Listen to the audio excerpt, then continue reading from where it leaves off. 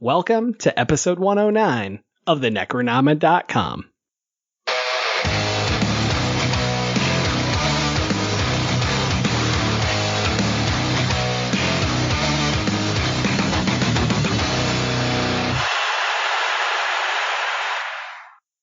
Before we begin, a quick word from my friend Jared.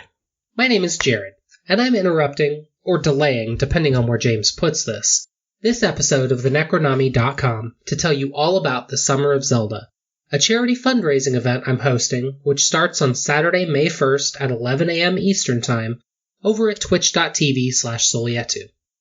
This event will feature complete playthroughs of at least 2 3D Zelda games, Wind Waker HD and Twilight Princess HD, as I attempt to raise $500 for the Alzheimer's Association in support of their mission to eliminate Alzheimer's disease through the advancement of research to provide and enhance care and support for all affected, and to reduce the risk of dementia through the promotion of brain health.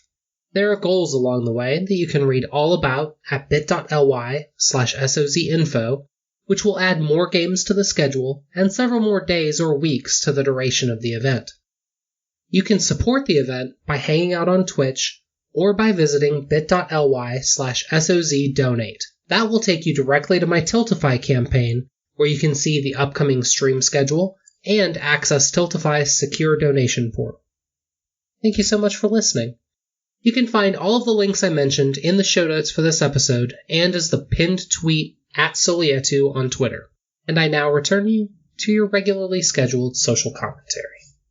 I am James Sabata, horror author, screenwriter, co-host of the podcast you're listening to right now, and I am so excited that today's episode is available in psychedelic colors.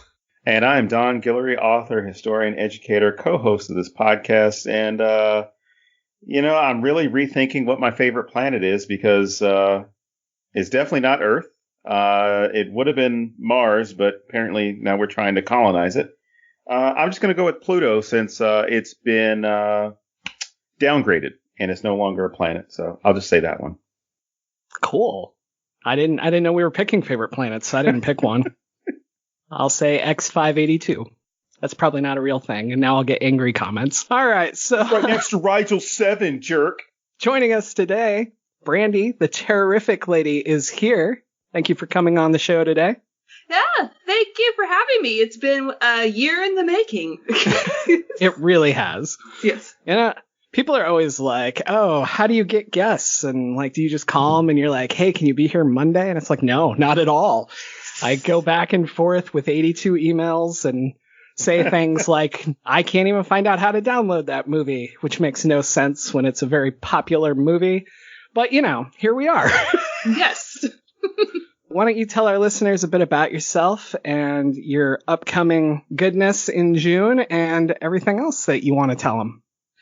Sure. Well, I've been a longtime horror fan. My introduction into the genre was accidentally when I snuck down to the living room to watch Hellraiser when I was 6 years old. And it traumatized me at the time, for sure.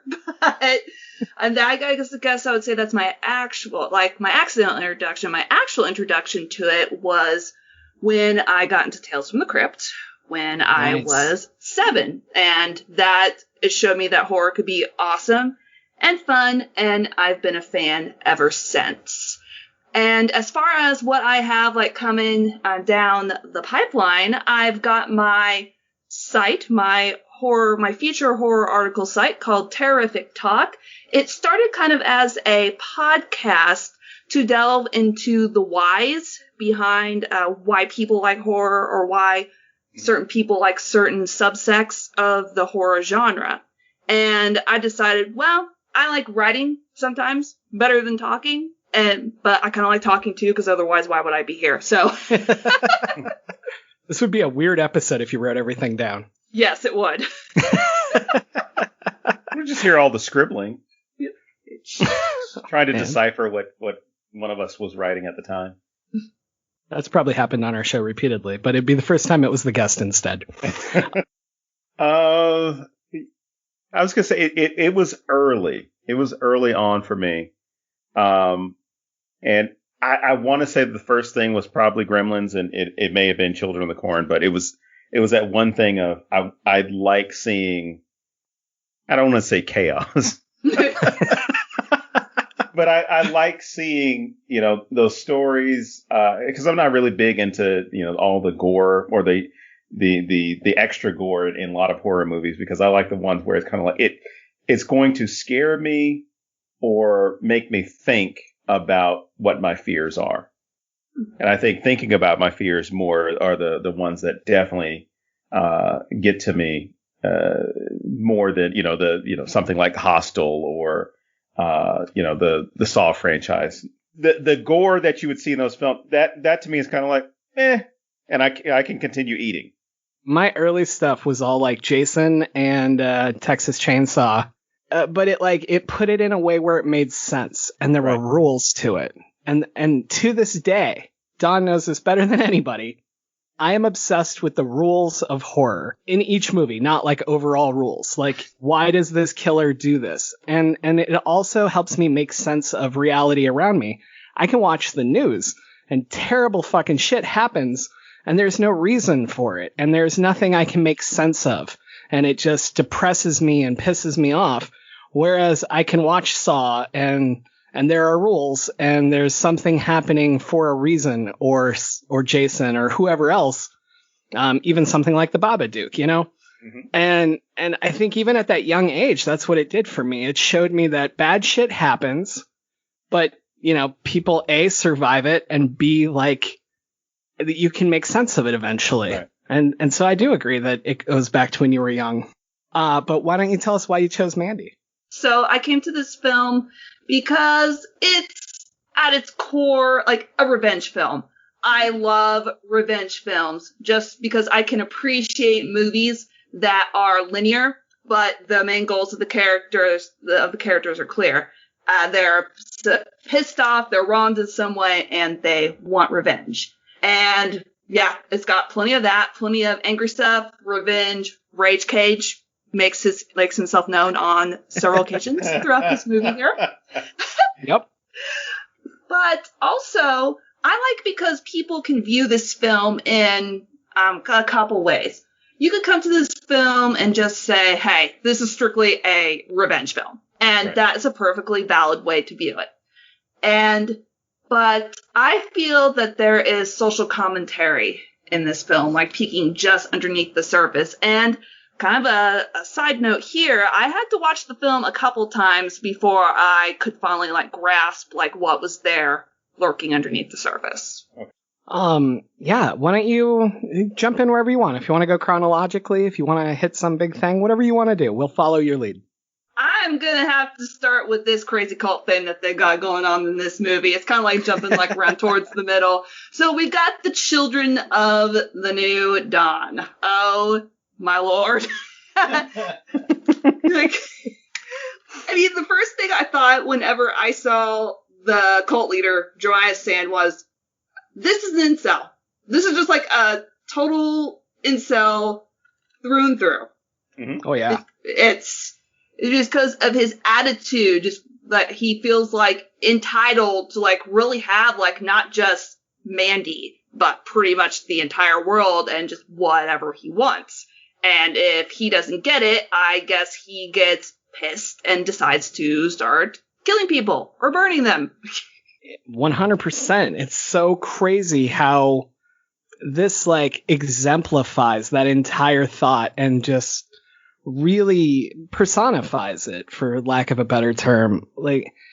Everything that you hear about online, whether you've experienced yourself or not, the whole incel and the whole friend zone and the you owe me sex because I was nice to you, or you looked at me and smiled, so now you owe me something.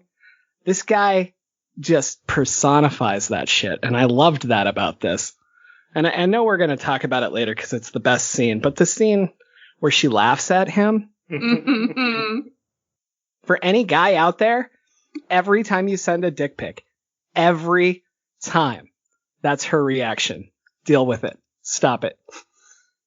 So there, now that I'm in all their heads and we've universally put a stop to dick pics, we can move on. So this incel guy, which is, I think that's a great name for him. We don't even need to use his name. He'll just be Incel Guy from now on. Yeah, Incel Guy. There we go. And I don't want to speak for any women, that may have gone through this, but from the discussions that we've had about this with previous films and previous guests, and even on panels, there is that fear of, maybe if I just smile or I'm not, it's that stupid. Well, here, I'm just going to go for it. There's that stupid programming that we have been, and I'm speaking for men. So any men who don't like this, deal with it. That men have been pushing onto women, which is, you have to be nice to us because you don't know if we're just a normal person or we're going to do something horrible to you. And speaking of horrible people, or problematic people, Louis C.K. said the same thing in one of his acts where he said, I don't understand how women can ever trust men. We're the most dangerous animal being, whatever, on the planet. He said, we're basically fucking sharks. And we will, you don't know if we're going to attack or not. Just to paraphrase, his comedic bit. And, from conversations I've had with students, with colleagues and, in people at conventions and things, and even on the show, there is that fear of, well, fuck it, I have to be nice to this guy who smiled at me or said hello or whatever, because I need to get out of this situation in as nice of a way as possible so he doesn't do something to me. And some dipshit will probably think, well, she smiled at me, man. She likes me. I better go talk to her. I better go in her DMs like 12, 13 times and bother the shit out of her because eventually she'll give in. She'll see I'm a nice guy and want to talk to me and go out with me and have my babies. Yeah, kind of coming back to that part where he was looking at Mandy, that creeped me out too because I've been looked at that I've been looked at. It's just kind of weirds me out because I can recall just several situations where I've been, even when I was a teenager, 16, 17 years old, where I've been catcalled by older men. Right. I've been propositioned by older men. It's gross. I'm sorry. I think that's probably why that part got to me a lot. Ugh. Oh, don't be sorry. It's gross as fuck. Yeah. No, one thing that really struck me, I'm always paying attention to writing and different symbolism and stuff, but I'm not a big cinematography guy. Mm-hmm. And this scene, I was a big cinematography guy. The audience takes the place of Incel Boy, and we're in the van. The camera's kind of looking down, so we're looking down on her, right? Mm-hmm. We're in a position of power over her while we're looking at her. And it forces the audience to look at Mandy the way that Incel Boy does. And what really hit me here is Mandy just fucking stares back. Right. And it is such a powerful moment. And I'm not going to argue that this film is big on women empowerment because I don't feel that it is. But this moment I feel is, she never breaks eye contact. It's just the fuck are you looking at? Fuck around and find out. It's such a good shot. And I don't know, did either of you feel that? Or I don't know if you were paying attention to that, but I didn't even really notice that until you said something, kind of thinking back on that. It's huh. But yeah, I did kind of notice that she just never broke eye contact. So in a way, it's you just said, fuck around just to find out. Just stop looking at me, you creep. Yeah, it's totally what the fuck are you looking at? And I don't know. There was something about it that just felt different to me than other movies where I see stuff like this. It's usually and again, this happens all the time in real life. I'm not trying to just say it's films, but usually when films do this, they do that thing where the female character feels embarrassed or grossed out or whatever and kind of shrinks and looks away.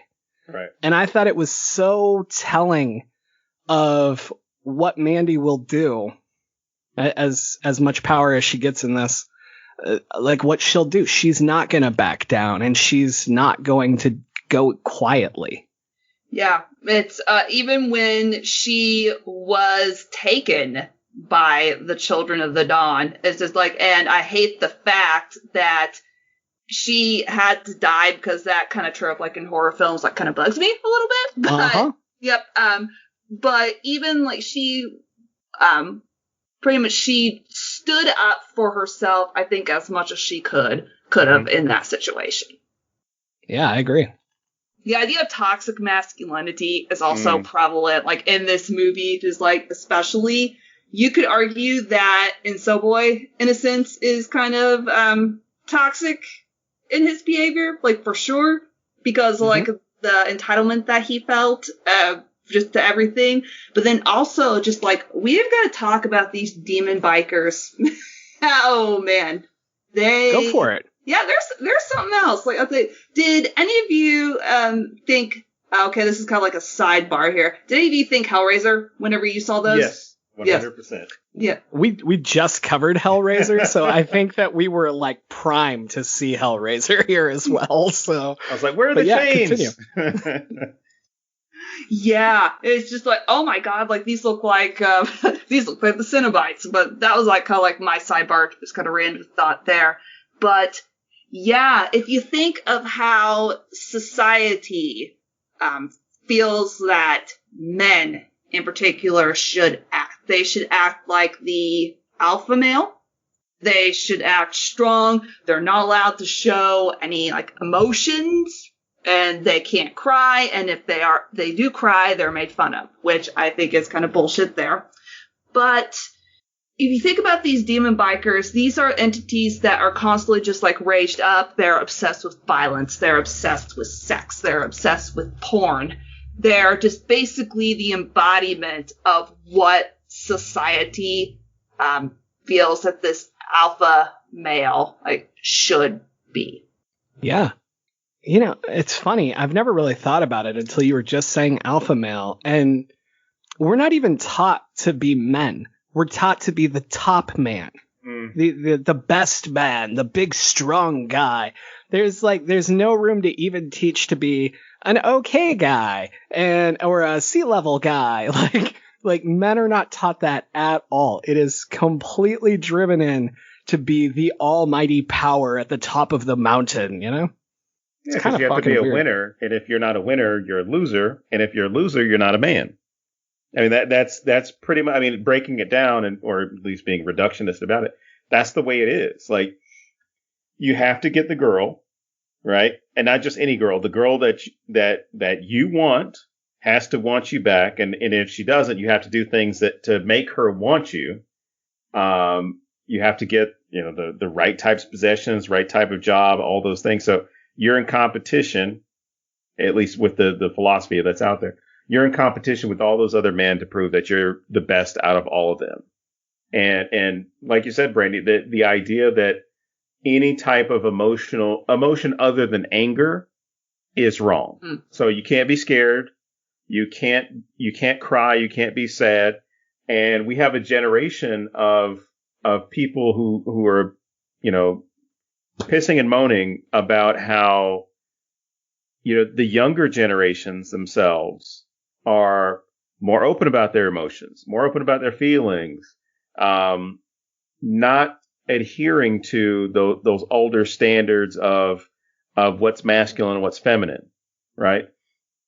And they're making this argument that, well, men can't be men anymore. Like, men have always been able to be men. Your definition was always shitty and very, very exclusive. Yes. To where,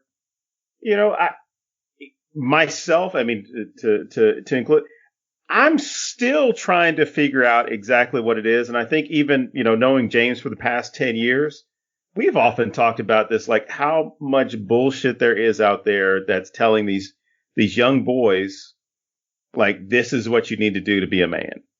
And it's utter bullshit. There's nothing you have to do to be a man or a woman. There are things that you would do that are considered more masculine or more feminine, but you know what? Do your own thing. Yeah, exactly. Like I would agree there, because at the like kind of near the beginning of the movie, it's like you could argue that Nicolas Cage's character, Red, you could argue that he eventually, like throughout the course of the movie, like turns into like almost this like this alpha like male being, just like full of violence and rage. But he didn't start off that way. He was very emotional and tender. He cried. So yeah, even though you could argue that he might have ended up toxic, he definitely didn't start that way. Right, and they're both dealing with all types of trauma that they've experienced in their own lives. And I think, you know, them with the conversation, Red and Mandy, the conversation that they're having, even the simplistic one of, you know, the discussing favorite planet, right? You're getting an understanding about who these people are and who they are to each other. Where she's got her art, and you know he's got the stuff that he's doing to, I don't even want to say would deal with life, but just, you know, live his life, right? So you're seeing exactly who these people are now and getting a glimpse of what brought them to this point. And like you said, I mean, you don't see him, at least me, you don't see him as a weak character or a weak person, right? From dealing with Mandy. You see him as a person who's functioning, who's dealing with, you know, whatever trauma he might have had in his life. But you get to appreciate that this man is open with his feelings and open with just opening himself up. Whereas to juxtapose him with, I almost called him a horrible name, but I'll just stick with incel. With incel guy, he feels as though he is entitled, and I guess that gets to the heart of toxic masculinity. He's entitled to whatever he wants because he has this deluded belief that God says I can have whatever I want. I'm a big boy. I wish he had said those exact words. That would make this movie so much better. I'm a big boy. No, I think you're really onto something, though. And I think it also shows how fragile the male ego is. Because as soon as he's challenged at all, whether it's her laughing at him, whether it's like one of his, I don't know their names, but the one minion guy who's weird looking, like anything that he does that challenges him even slightly, even like the indication of being challenged, he's instantly so defensive and so like, oh, now I got to prove my worth. So send a woman in here so I can show what a man I am. You know, like it's so ridiculous how utterly fragile male ego is. Yeah. Oh, and kind of like along those lines too. Whenever now I'm just going to keep calling him incel boy for like the rest of my life now.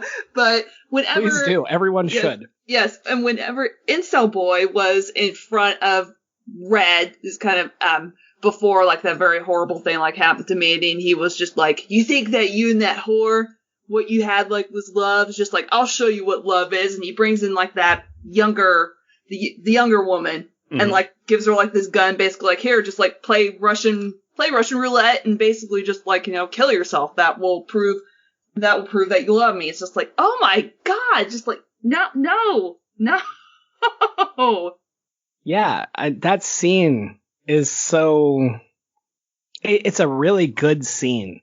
It sums up so much. It's his power over everybody, but it's also like the way I explained it to my sons is that if you have to demand respect, what you get isn't respect. Mm-hmm. And that's how I feel about this scene. He's demanding love and he's demanding respect and he's demanding that he's the best. And you don't get any of that. You just get somebody who's fucking scared for their own life. And you know what? She probably, part of her, I don't know. I'm totally just guessing. There's probably part of her that wouldn't be upset if the gun went off because she would get out of this situation. And that's horrible. But like when you look at her, she's scared, but she's also clearly fucking terrified of every minute she's alive with him. Right. And I don't know. So when Cage doesn't kill her, like that's the moment I came back to. Like, I looked at it at first. I was like, just kill her. Like, you don't know anything about her. Like, why are you saving her? But then I realized it was this scene. This scene showed him what a victim she is.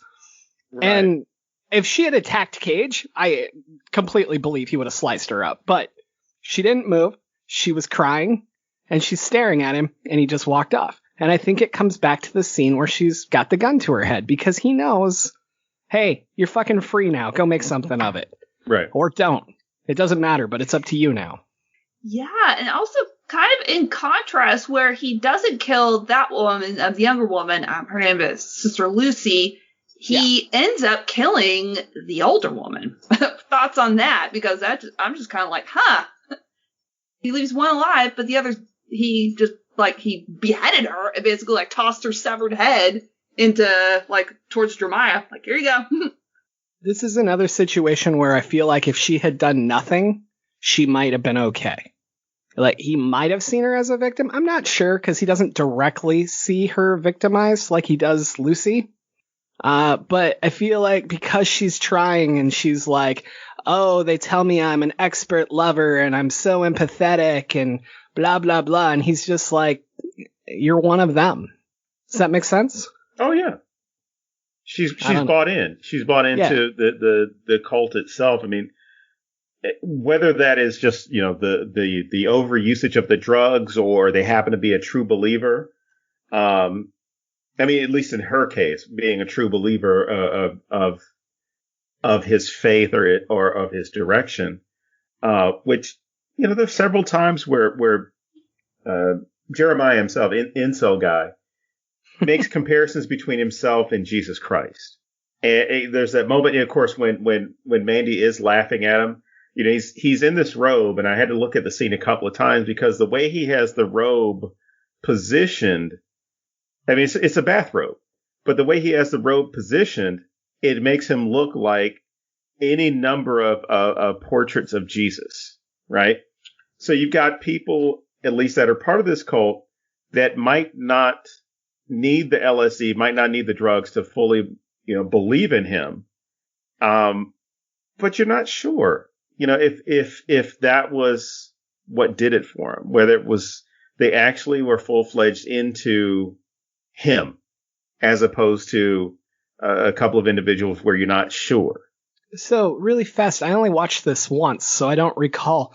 Is the old lady there when Mandy's taken at the beginning? Like, does he see her involved in all this? Or does he know that she's the chemist who gave her the drugs or anything? Or? I think she was in the van. Because, I mean, that would also play into why he slaughters her. Like, Lucy's around. I don't know if she's in that scene either. I wasn't paying enough attention because I didn't know these people yet. But I don't know that. Like, if you saw that versus what you saw Lucy went through, there'd be a definite difference in which one you're going to kill. That actually makes sense. Like, I'm trying to remember, like, if she was there in, like, on the initial kidnapping, and honestly, I've seen it twice, and I don't remember. I do know demon bikers are there. I know that the weird-looking guy was there, and I remember because it was very, like, strobe lighty, and that was, like, really, like, all I saw. Yeah, no, I have no idea. I'm sure our listeners know better than me, so feel free to leave it on our YouTube comments, and we won't read them.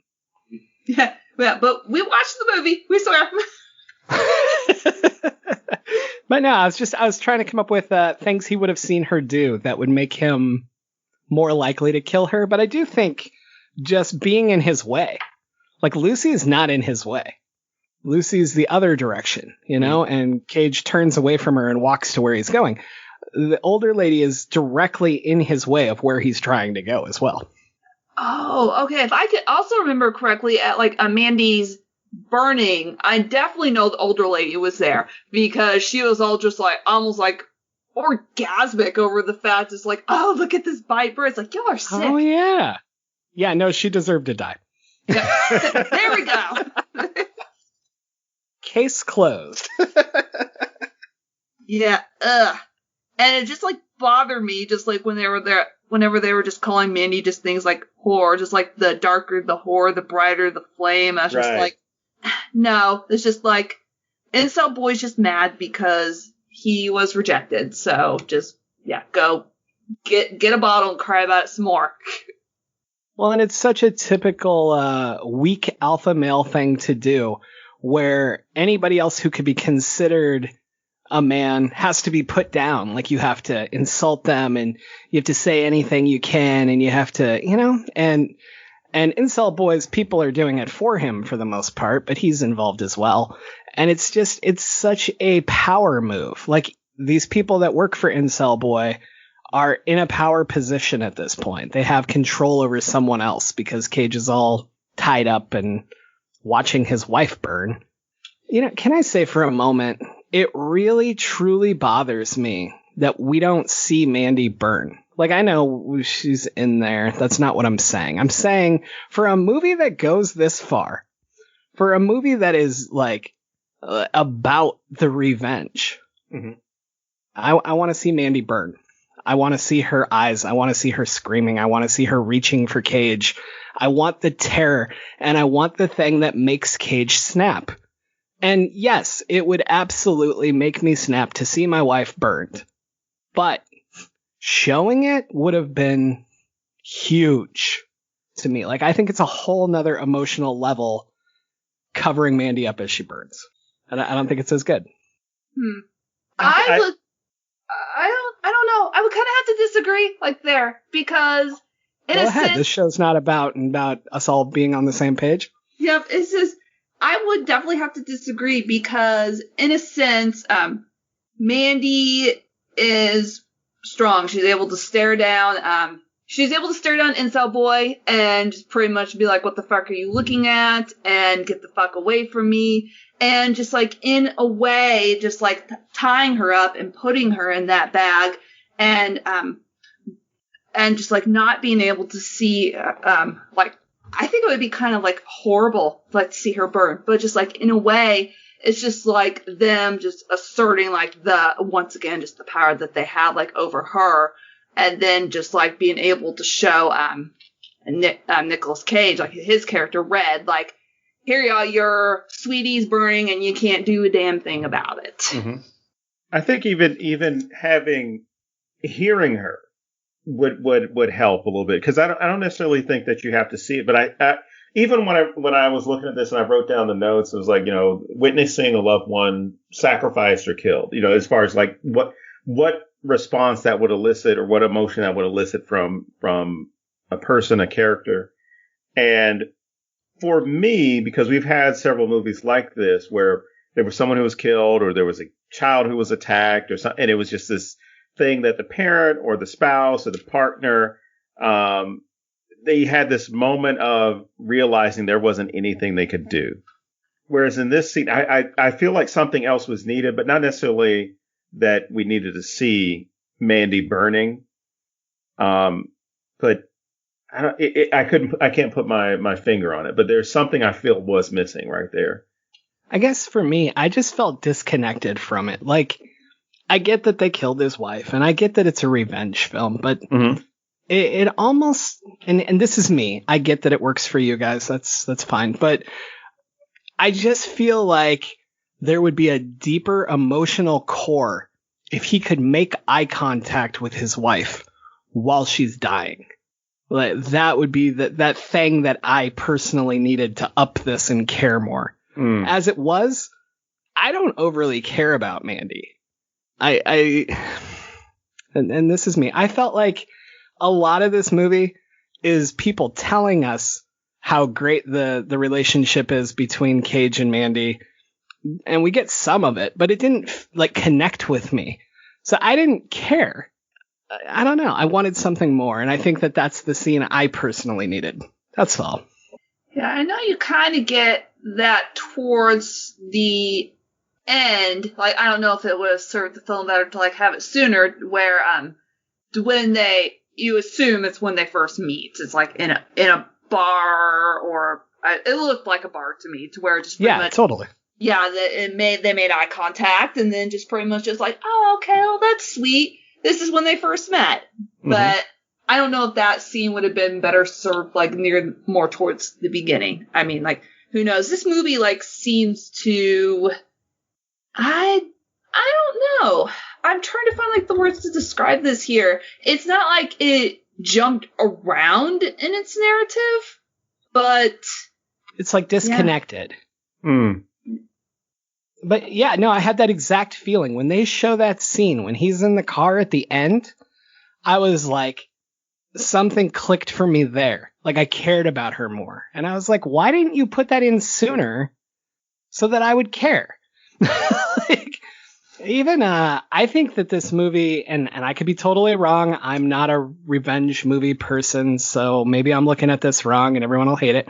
But I think it would have been kind of cool if when he's killing people, if he just had like quick flashes of Mandy in his mind of like different things they were doing, like a shot of them at the Grand Canyon. I don't fucking know. But just like some happy moment, like he's going to his happy place and not paying attention to what his body's doing. I thought that would have been fucking cool. But maybe it would pull people out too much. I don't know.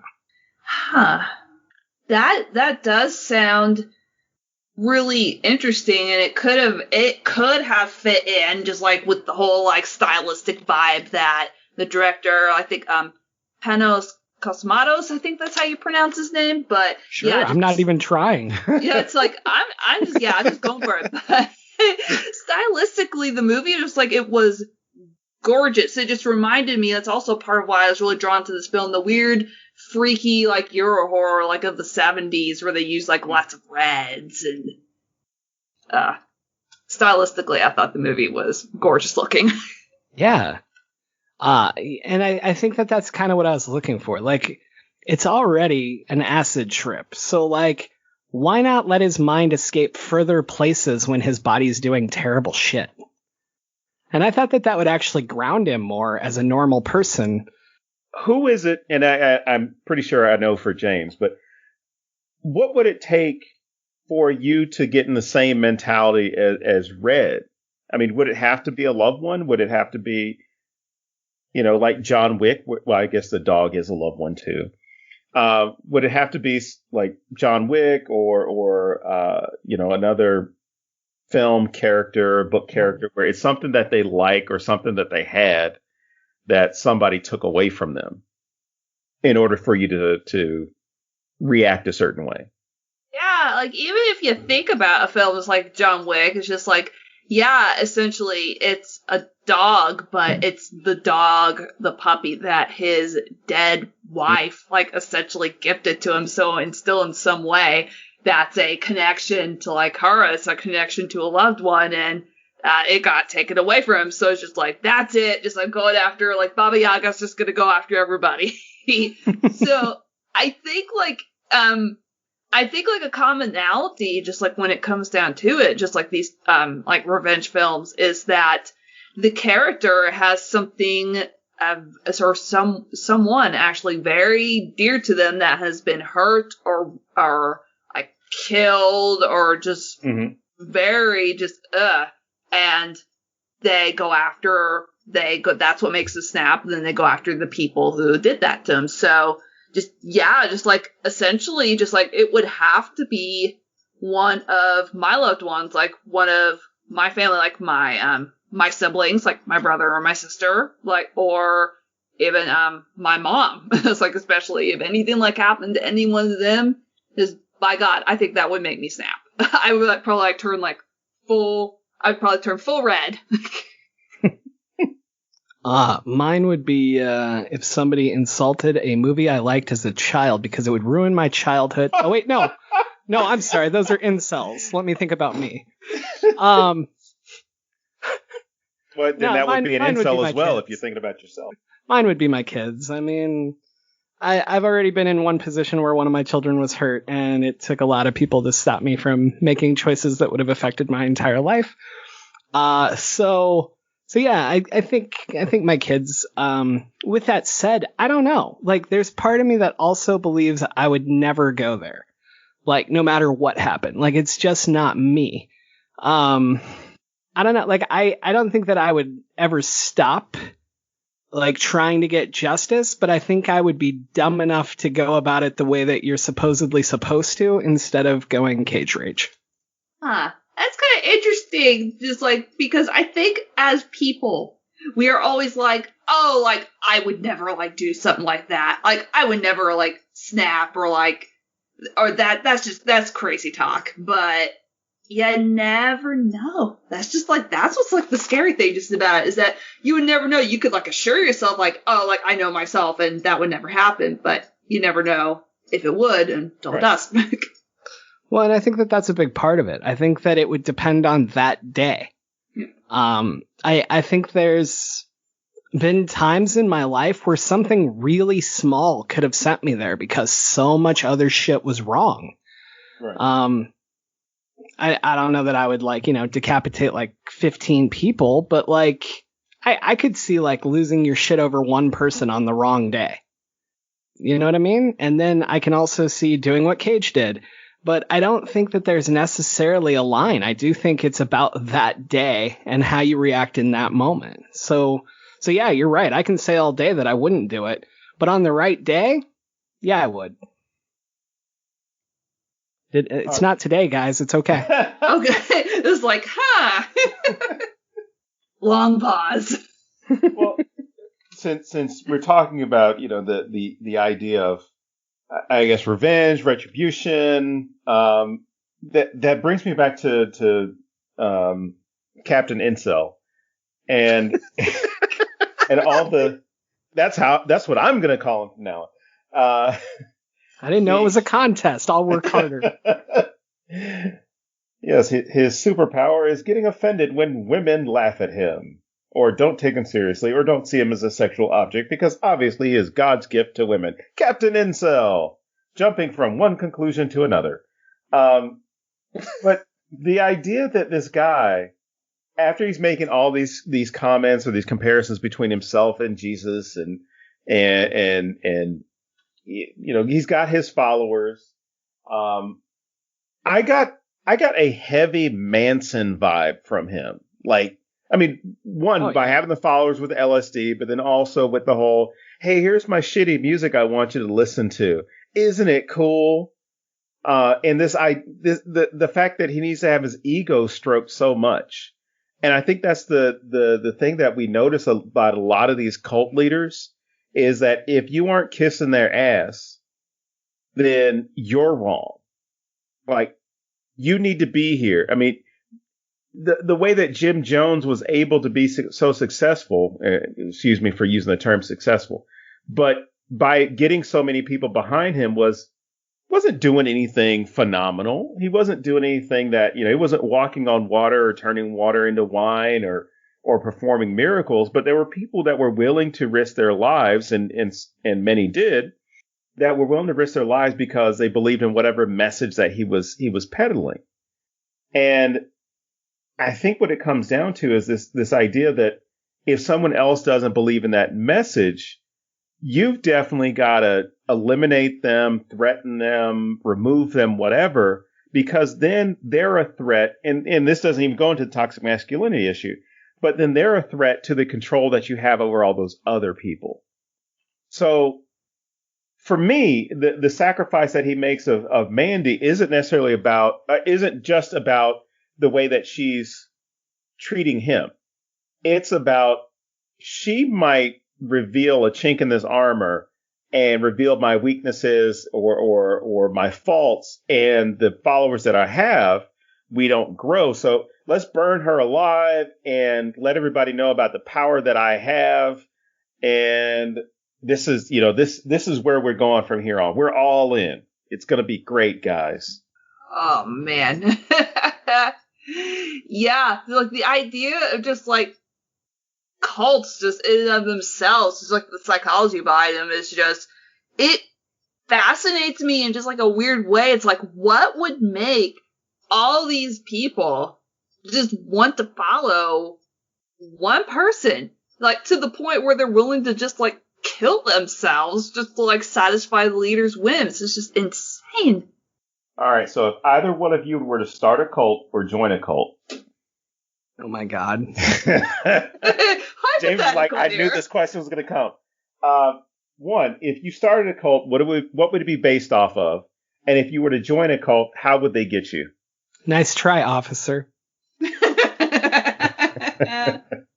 Oh, oh boy, like, I don't know, like, if anyone could ever get me into a cult, because I would probably be like, I'd be like on Seinfeld for all like you Seinfeld fans, and oh yes, what George Costanza, whenever he was trying to figure out like how to get himself like inducted like into that cult, and they just like wouldn't take him. It's just like you have to have an element of strong-mindedness around you, because if you notice, and I've watched like a lot of cult documentaries, but they tend to prey on just like people's weaknesses, like in some way, or like it's more specifically self-esteem or mental mental weaknesses, which is like kind of sick in a way that they are able to like do that, but they know like how to do that, and they prey on it. And so that's kind of taking a depressing turn there. Sorry about that. No, you're telling the truth, because that's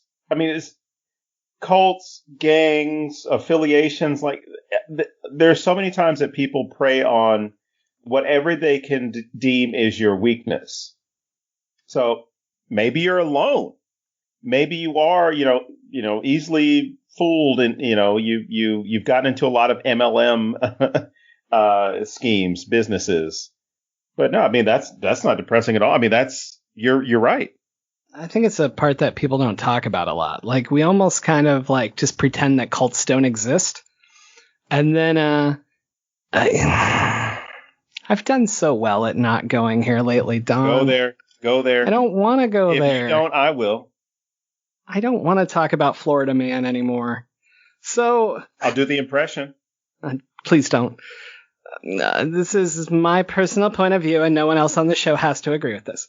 I watched this guy become president, and I watched like people just blindly follow him, and I watched an entire political party give up everything they supposedly believed in to just follow this guy blindly because of the charisma and the way he made you feel a part of something.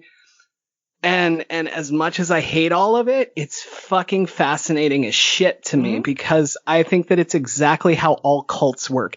There is no cult that has a leader that's not charismatic as shit, tells you what you need to feel in order to feel okay in the moment, whether it's complete bullshit or not, and just doesn't give a fuck about you at the same time. And again, these are my personal opinions, but I feel like I literally watched this play out on a national stage, and even though that cult leader is kind of gone, I still see the ramifications every fucking day. And it blows my mind how people still embrace it. There you go. That's my point of view.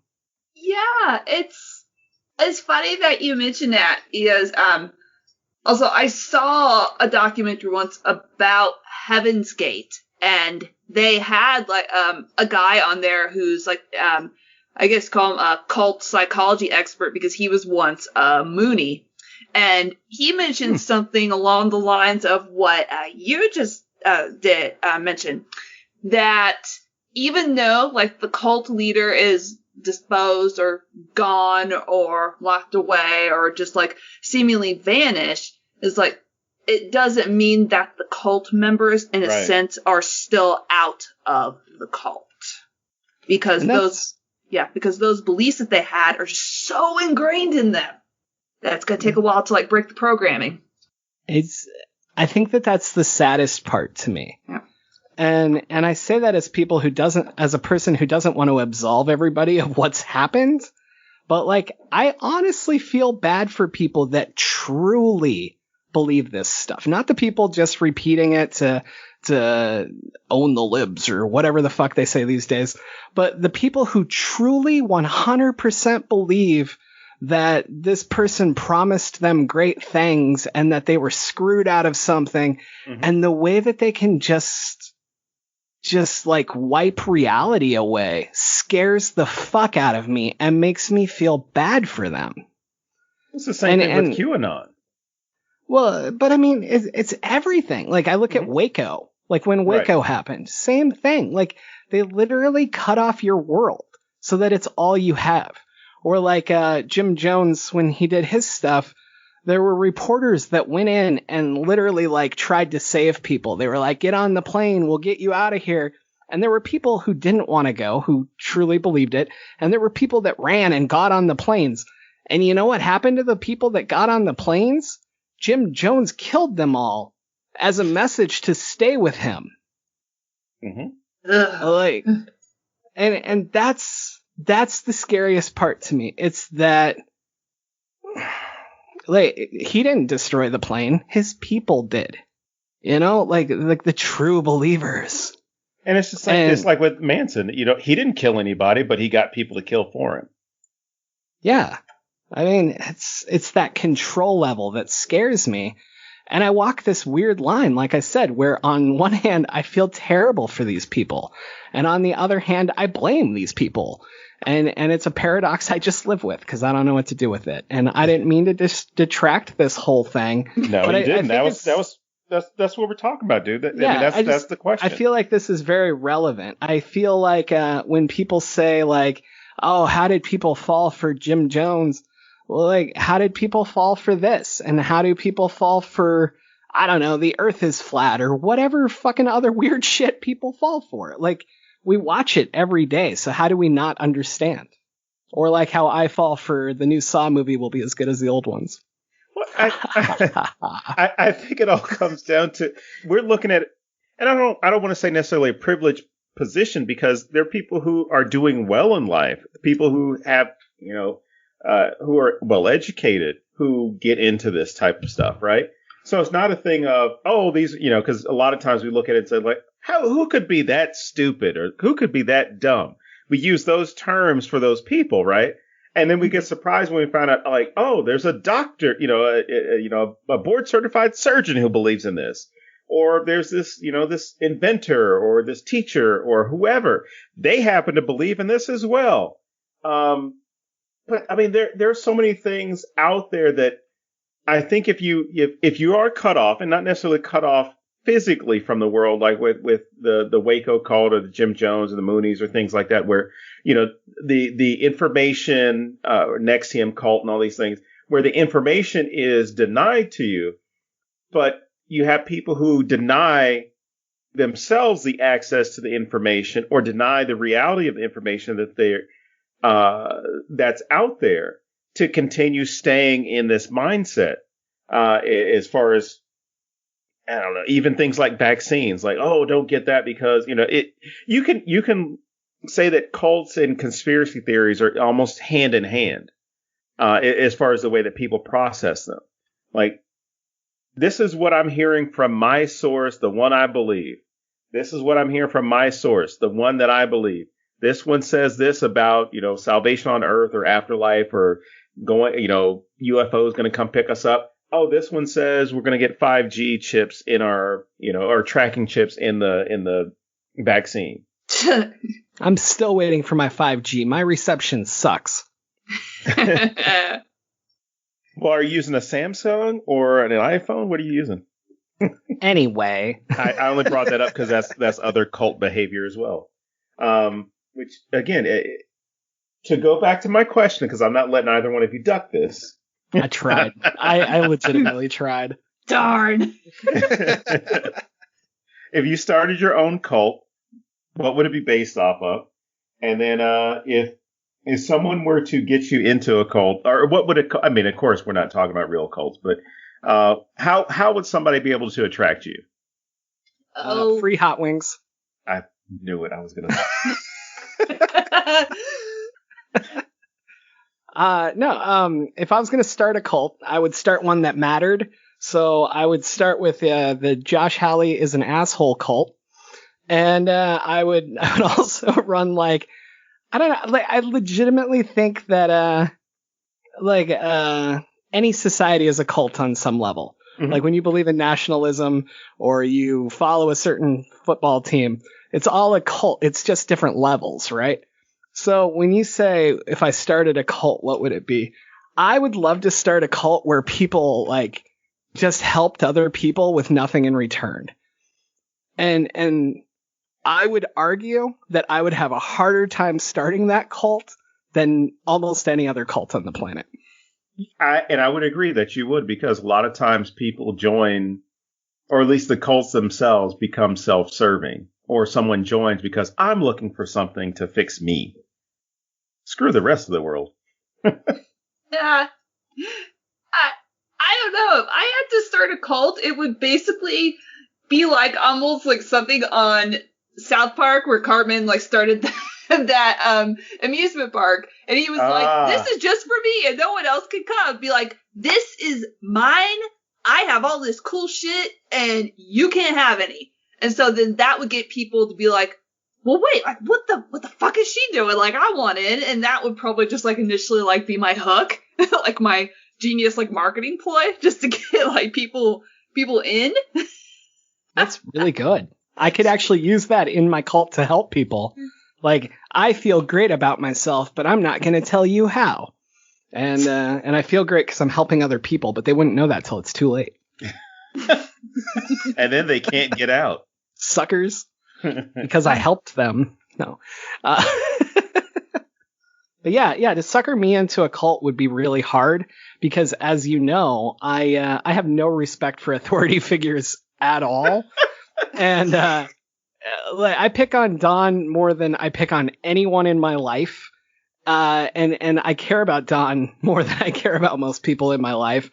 So I feel like I'd be a really bad cult member because they'd be up there like talking and I'd be heckling them in the audience. So I don't think that I would get to join a cult. I think I'd end up like George Costanza.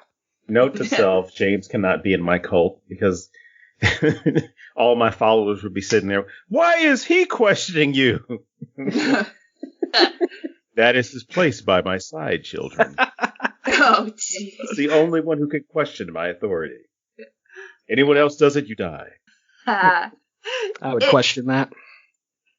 It would be really hard to get me like in a cult too. Probably like younger me, because younger me had lower self-esteem, was bullied and picked on a lot in school, so it was basically like just a sense of wanting to belong. So if they kind of got me at my early stages, then probably so. But now, just like, I'm not gonna fall for your shit. Fuck you. Oh, wow. That's really valid. I feel the same way. Like if they'd come for me in high school, like at my lowest when I felt completely alone. Yeah, totally. Like, I would have ended up in like that skater gang in Teenage Mutant Ninja Turtles. Yeah. So no, but really I know I made a joke out of it, but that's a really valid point. Like that would have been my low point, which is what you target when you have a cult. So that makes sense. I was thinking about it today. I don't think they'd target me today. I can't even get into my best friend's cult. I said you could be in. I just said that, we'd have to change the way things get programmed. I was just rethinking it, whether or not I would have you in my cult. But, What's yours, Don? Well, having been in a number of cults as both a leader and as a follower, Brandy knows where I'm going with that one. You have more fun as a follower, but you make more money as a leader.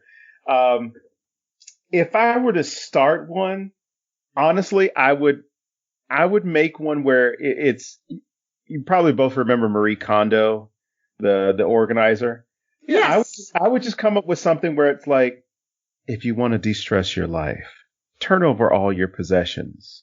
Turn over all your possessions to me. So you can go without, the attachments to this planet that are weighing you down.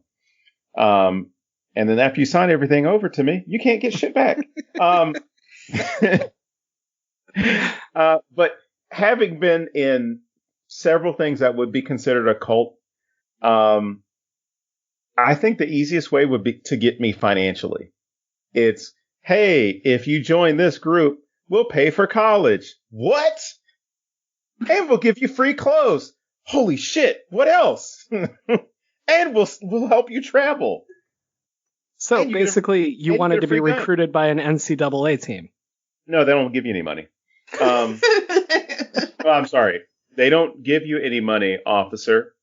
At FBI agent. But I think it's, let's see. I often found myself in weird situations, which is why I'm so glad. And I know this is going to sound really weird, but I'm so glad for the place that COVID has put us in to where people are less sociable. Because I'm for the most part, I wouldn't say I'm antisocial. I'm more of an introvert, and the people I know, like I have conversations with, but I'm not for, hey, let's go strike up a conversation with a complete stranger, which makes me a very weird person to be in the South. But the fact of wearing a mask and socially distancing and all these things have gotten me out of so many situations that I found myself in before, which was, hey, you look like an interesting person. I'm like, oh shit, what are they fucking selling? It's like, we're having Bible study. I'm like, no. I can guarantee you probably about 2 or 3 times a year I've had people invite me to which I'm not opposed to. I don't want to sound that way, but I've had people invite me to their churches, organizations, things like that. But I'm like, no, it's not me. It's not me at all. But younger me would have gotten convinced that way. Because as a teenager, I had a friend at the time who convinced me to go to church on the very, with the one caveat. I'm sorry, not with the caveat, but with the benefit of knowing that there would be girls there. He simply said, hey, there's this cute Puerto Rican girl that goes to my church. I was like, what time? What time? And he simply told me, he's like, hey, we have church at 7. I was like, it's like, girls are going to be there? I'm going. And then when my mom found out why I was going to church all of a sudden, she's like, no, if you're going to church, you're going to go to church for the right reasons. And then she took us to some place where people were like falling out in the aisles and all types of weird shit was going on. I was waiting for snakes to start showing up. Thankfully, they didn't. They're like, I'm good, thank you. But yeah, that's a cult Mom, trying to hit the part that you're missing. Like they're trying to give you that piece. There. No, not happening. Which strangely enough was also a selling point for a lot of my aunts and great aunts when I was growing up, which was, if you want to meet a nice girl, go to church. I'm like, all right. And then I didn't see anybody I was interested in, and I got upset. It's like, you lied to me. I was all ready to join this. But I didn't see anyone I was interested in. This isn't Scientology. So,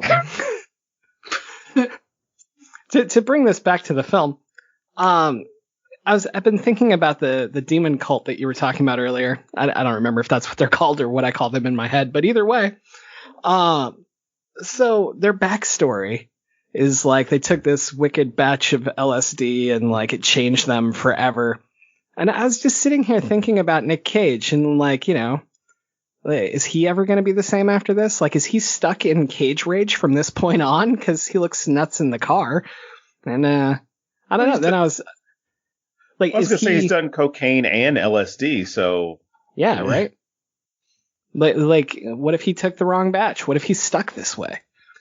Oh boy, cage rage forever. And that's why we claim that it's a prequel for Willy's Wonderland, and that he just keeps going. So I have some very serious problems with Nick Cage. Well, I'm sorry, not Nick Cage, but Red's choices in this film, which involve, okay, I've got addiction problems, right? Because apparently he was an alcoholic, which I can understand. I just saw my partner brutally murdered, burned alive, and I had a nightmare about it, so I'm going to go ahead and down this bottle of vodka, right? I get that, because I've been frustrated where it's kind of like, something I normally wouldn't do, I then go and do.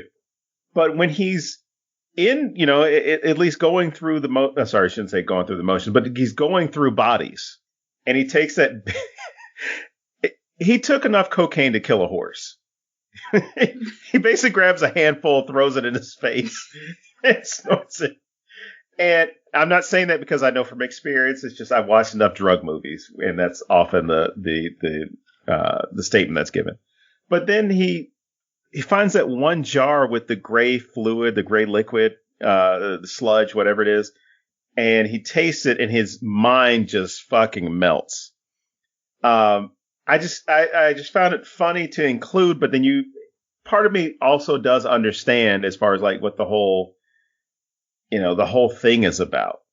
As far as seeing exactly what the whole issue is with this cult and their LSD and the the black skulls and their need to have this cranked up LSD that they have, and as far as like what power it might hold. But you do have to have that question, like you said, James. You're like, what are you going to be like after? I mean, are you going to be like this in perpetuity?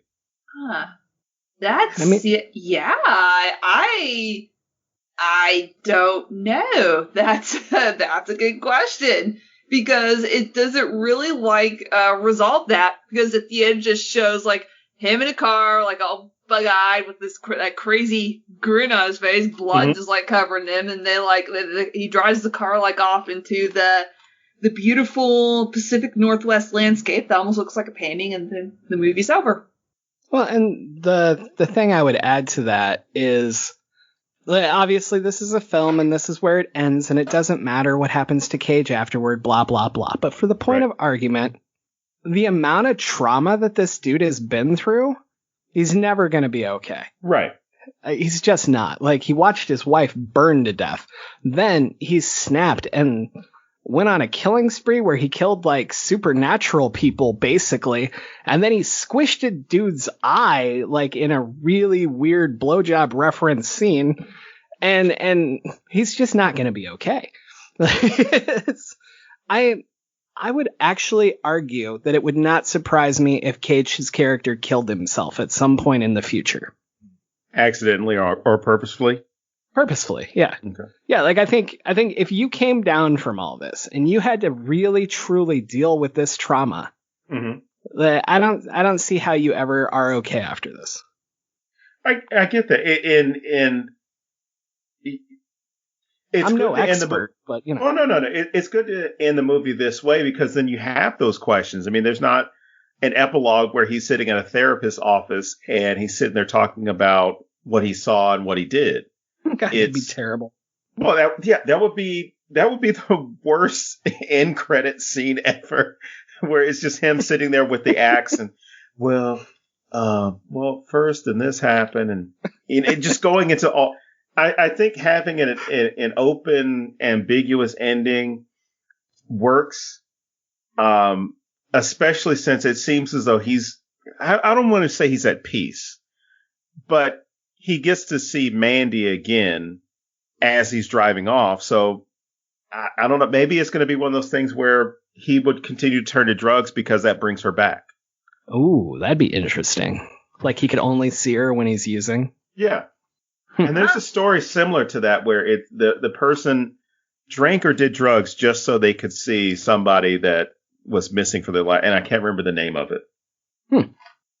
That is interesting. And like, I don't personally prescribe to this myself, but some people theorize that there's like this end credit scene. I didn't even notice it until my second watch through, because I was taking notes and was just letting the credits run through. But at the very end, after all the credits are through, they show this her artist board with all these pictures and this drawing of Red, which kind of leaves some people to believe that maybe this is, especially since she was reading that fantasy book, maybe some people theorize, maybe this is just a story or a drawing, something like that she made up. I mean, it's a wild theory. I don't know if I buy into it, but that's what some people think.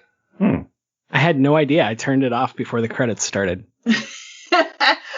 I was halfway through. I just turned the movie off. No, but really, I killed it as soon as the credits started, so I didn't even know that was a thing. That's really interesting. Yeah, I wouldn't have known it either if I hadn't let the credits play through. I just looked up and saw it. I was like, what? Huh? But then I looked more into it. It's people think that this whole thing is just one of her drawings or a story, something in her imagination. There's I forgot what the centaurs and a tiger and stuff like that. It's they're mythical creatures involved as well, but then there's Red his favorite shirt, red, and like a tiger or liger or something, I guess is supposed to be his personality. Yeah, something like that. But that makes for an interesting theory, as far as, you have that conversation with somebody, and not necessarily you plan out like what would happen to you, but hey, if somebody ever kidnapped me or if anybody ever murdered me, what would you do? And you might be sitting there thinking like, oh, this is my husband, my boyfriend, my partner, my girlfriend, my wife. And I wonder what would happen if this happened to me. Would they go cowering? Would they, go on this journey to avenge me? Or would they be like Captain Incel, who once he's confronted with another powerful male, completely completely folds upon himself, which I think is a great comparison to where we see him early on with Red, where he's sitting there talking about how cool and how badass he is and how great he is, and giving some religious type lecture to his followers, and then to Red about what they would do for him and what love is and all this stuff, right? But when Red finally gets him one-on-one and looking the way that he does, you see how this guy just turns into a fucking mouse. Like, he just becomes the smallest version of a person that you could possibly be. And as James alluded to, he makes that comment where he starts bargaining, and, he tries to let him know, like, hey, guy, this was part of your journey. This was the way that it was supposed to work out. And when he doesn't buy into it, it's like, I'll suck your dick, which is an interesting way for the character, for the character to reveal himself as a fraud. Oh, yeah. It's this moment of weakness, and he's like, I know what I would want in this moment to get somebody to stop. To stop me from doing it. So let me offer it to you, because you must have those base needs. So if I do this for you, you'll leave me alone. You'll spare me. Which, again, says so much about, the incel cult. I mean, we could even go there with it. The cult of incels, and this idea that sex is driving everything, even your survival, to where that's how you should be able to get out of a situation, or that's how somebody should be able to stop you in that situation. Which also lends itself to these stupid theories, which probably coming from incels anyway, which is, if girls would have more sex with boys, then that would end war. I'm like, no. Why is it their responsibility? Why can't it be on the guys to just sit the fuck down and shut the fuck up? Yeah, and also kind of thinking about that, just like whenever incel boy, he made that offer, and Red didn't laugh at him, but you can tell he's just like, fuck no. But it still elicited that same reaction, just from him, that same anger. It's just like, I don't kneel to you, you kneel to me, just because, again, there was that rejection factor there. I thought it was very telling that that's the only terms he can think in. But he can't think I'll give you money, I'll give you, anything else that he has. And I'm not saying he's super rich by any means, but that's the thing that he thinks he can bargain with. And that's just so pathetic. Mm-hmm. But it is interesting how in that moment he becomes the thing he hates the most. Whether you want to view it as, from an incel point of view, a woman's job to do this, or if you want to look at it as he's bowing to the alpha male, if you want to look at just the terror that it takes to back down at all. He is the epitome of everything he hates in that moment. And it took nothing. It took one threat to get him there. Mm-hmm. His entire persona crumbles in 30 seconds. That's what's fascinating about me to it. What's with this fucking squeeze your head orgasmic eye pop thing? I was really into the movie. I'll be honest. I'm not a revenge movie guy. I wasn't totally into this movie. I finally got there. Like, from the point where Cage turns away from Lucy, kills the old lady, gets to the final Captain Incel boy, whatever the fuck we're calling him. I was into this. And then the orgasmic eye pop happened, and I was just like, well, fuck. It completely pulled me out of it. And it's probably just me, because again, this is not my type of movie. But I don't know. It almost felt like Cage went to his level doing this. Yeah, you could like definitely argue that he becomes like really almost that kind of toxic personality, and just whether he stays that way again, it's just like it's ambiguous. It's left up to the watcher of the movie to decide. But right. Yeah, it's just it's just really like fascinating to like think about. It's just like, did Cage like or become just pretty much what essentially that he hates, which is obviously like incel boy, just like maybe not to like the cult level, like obviously, but maybe just in terms of like the violence and stuff like that. Yeah, I don't know. It's just weird. It pulled me out. But also, if you switch these deaths, so if he did that to the weird looking guy, as I call him, and like squeezed his face instead, when this guy says, "I'll suck your dick, man," if he slid that axe in his mouth the same way, right, I think that's way more powerful. Like, suck this. You know? I don't know.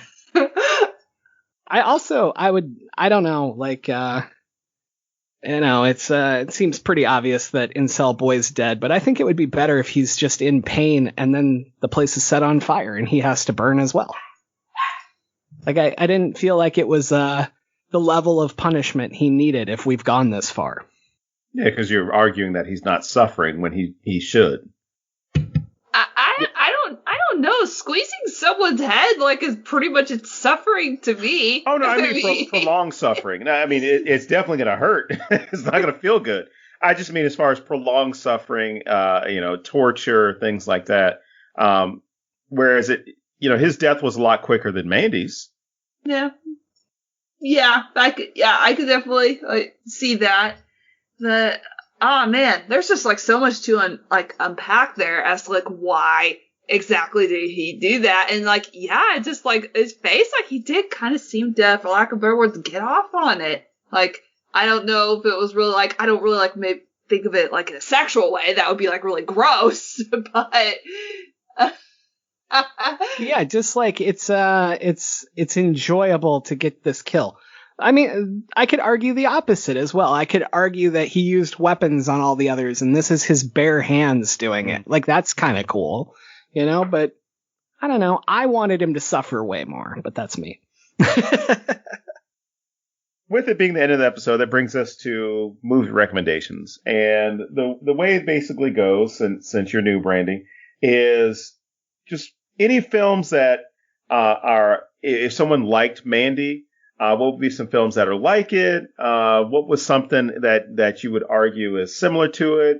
Made you, what other films Mandy made you think of? Even if it doesn't have to be a horror film, because I have a few on my list. But I'll let James go because, he'll be upset that I'm going to pick all of his movies. Well, that's because you list 22 of them, and every week I make up a different number. It was 23. My first is actually the reason that I don't like revenge movies. Okay. And it's I Spit on Your Grave. And the first time I saw I Spit on Your Grave, I was probably way too young to see this movie. And that's obviously an ongoing problem in horror, because we all say it. But the reason that I don't like revenge movies is because men always seem to get the revenge. And I Spit on Your Grave is different. At least the female gets to do it. But like, there's so many times, like Last House, right? Like the guys go like seek revenge, and it always just feels like men are out avenging virginity instead of a woman dying, and that really doesn't work for me. Okay. At least in Mandy, there's it's about the death. but it still bothers me that it's the guy that goes out and handles it. Like, that's always my problem with it. It's so I say I spit on your grave because the female gets to get the revenge. And then my second one is Willy's Wonderland, because I keep joking that it's the sequel to this film because, you know, Cage is kind of similar. He's not quite on the same level, but yeah, I loved Willy's Wonderland, so I have to throw it in there. All right, Does he Don, have the what same are your... shirt on? Maybe it's under his other shirt. Maybe he spilled some soda on it while playing pinball. It's hard to say. It's possible. Anyway, what are your 92 movies? Okay, I cut it down to 74. So out of the films, and this is not necessarily all revenge films, but these are films that aesthetically are like this. Some are revenge, some are horror, and some no, they're not. James took I Spit on Your Grave from me, so I'm going to go with Carrie as a revenge film. A lot of blood in that one as well. Let's see. There's Ma with Octavia Spencer. Came out a couple of years ago. I really liked it. If it's on, I'll watch it again. Hereditary. James didn't include Color Out of Space, which is surprising that he did not mention that one. It Comes at Night. Let's see. Bad Times at the El Royale is a really good one. Yeah. One Bedroom or One BR. Damn it. How did I miss One BR? I have no idea how you missed that one. Open House, I think it was a Netflix film. I watched it a few years ago. Kind of the same thing as far as someone is wronged, and I don't want to give too much away about it, but it goes down, not necessarily as violent as this film, but it goes down as a very cool, calm, and collected kind of revenge film, or at least a abuse film. Revenge, which I think is on Shudder right now. And then one of my all-time favorite revenge films, Commando. It's a great movie. It is. Maybe I do like revenge movies. Maybe I just don't like when they're about rape. Well, they do make the threat of sexual assault in that film, which again is one of those things that I don't think was the issue with Schwarzenegger's character. Dutch is in Predator, which they make, it's his kid. And what's great about that film, and I wish not necessarily that they reboot it, but if they re-released like the actual, I guess, director's version or whatever, there's like 10 or 15 more minutes, and there's a better explanation of why, other than this being his daughter, but the guilt that comes with being a father who wasn't there early on in a kid's life.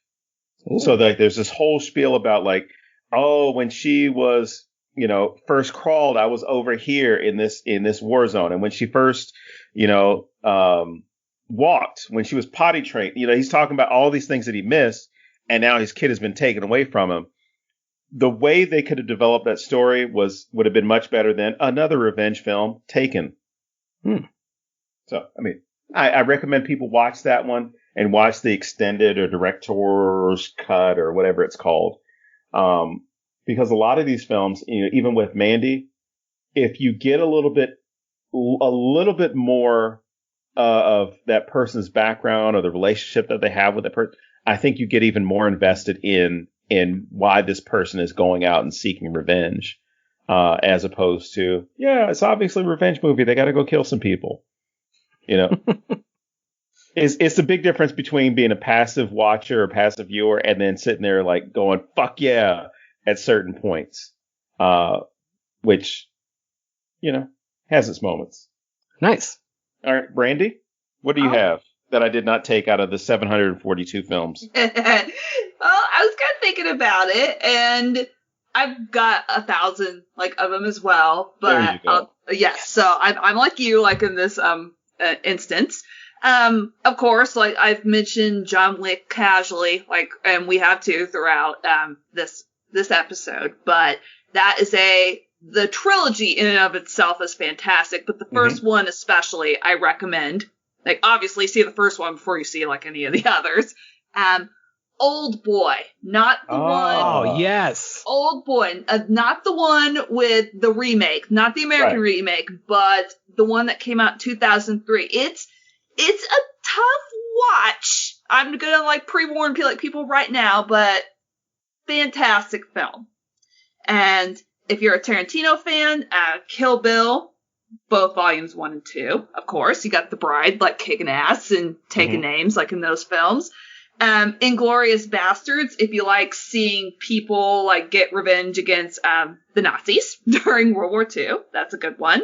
Stylistically, if you kind of like the style of Mandy and just the music, Mad Max Fury Road is a film similar to pretty much that in terms of just music and style. Crimson Peak also kind of has that kind of style that the different kinds of colors and cinematography used in that film. And then I'm also going to close just on the newest Halloween, 2018. So basically you've got Laurie Strode is finally just at her point, just she's let Michael Myers just the idea of killing him and getting revenge just kind of consume her, and that's kind of she's at that point. And I'm describing it very horribly, but I would recommend it. I feel like I describe everything horribly. It's I feel like I'm always missing something, but that film in particular I would recommend. That's a great one. Yeah, we did a episode on that last summer, and just changed my whole life in view of Halloween, because our guest Jerry Smith talked about how Michael operates like trauma, and how it randomly hits people, but also how it stays with you forever. And so I think that really ties into the end of this, we were talking about, all the trauma and what Cage is going to carry with him from this point on, That's a great choice. I liked the others as well. I just love that one. I need to be kicked out of the Quentin Tarantino fan club for not mentioning those films and Django. Oh, yep. You got to hand over your club card right now. Oh, you are out of here. I'm done. Well, very cool. So I guess that about wraps it up. So let's bring it back to you, Brandy. You want to tell everybody where they can find you online, follow you on social media, and remind them again about your kickoff in June here for your website? Absolutely. You could reach me through by climbing to the top of a mountain and yelling into a megaphone. So that's one of the ways that you could reach me. But all jokes aside, you can find me on Twitter at Terrofic Lady. It's basically terrific, but it combines the words terror and kind of with rific. So Terrofic Lady. And my website is going to be launching on June 4th, so very excited about that. That, if you bookmark terrorifictalk.com, and you can sign up for any kinds of updates and when new articles get posted. Fantastic. Cool. Well, I guess that brings us to the end. So thank you so much for being here today and for talking about Mandy. Yeah, thank you for having me. I enjoyed talking with the both of you. Awesome. Yeah, enjoyed having you. Thank you. So until next time, as always, I am James Sabata. And I am Don Guillory. And we will see you next week here at thenecronama.com.